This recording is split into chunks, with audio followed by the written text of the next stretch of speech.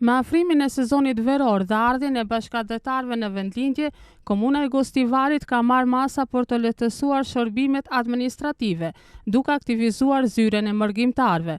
Për t'ju përshtatur kohës së kufizuar që mërgjimtarët kanë në dispozicion gjatë qëndrimit në vendlindje, zyra e mërgjimtarëve dhe këtë vit do të funksionojnë me orar të zgjatur. Autoritetet lokale e vlerësojnë këtë hap jo vetëm si një detyrim administrativ, por edhe si një mesazh mirëseardhje dhe mbështetje.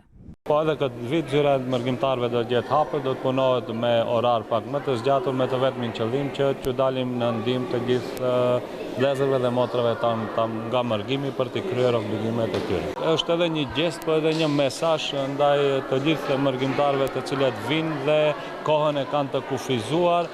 Andaj edhe kemi parë të arsyeshme që zyrat tona të punojnë me orar të zgjatur.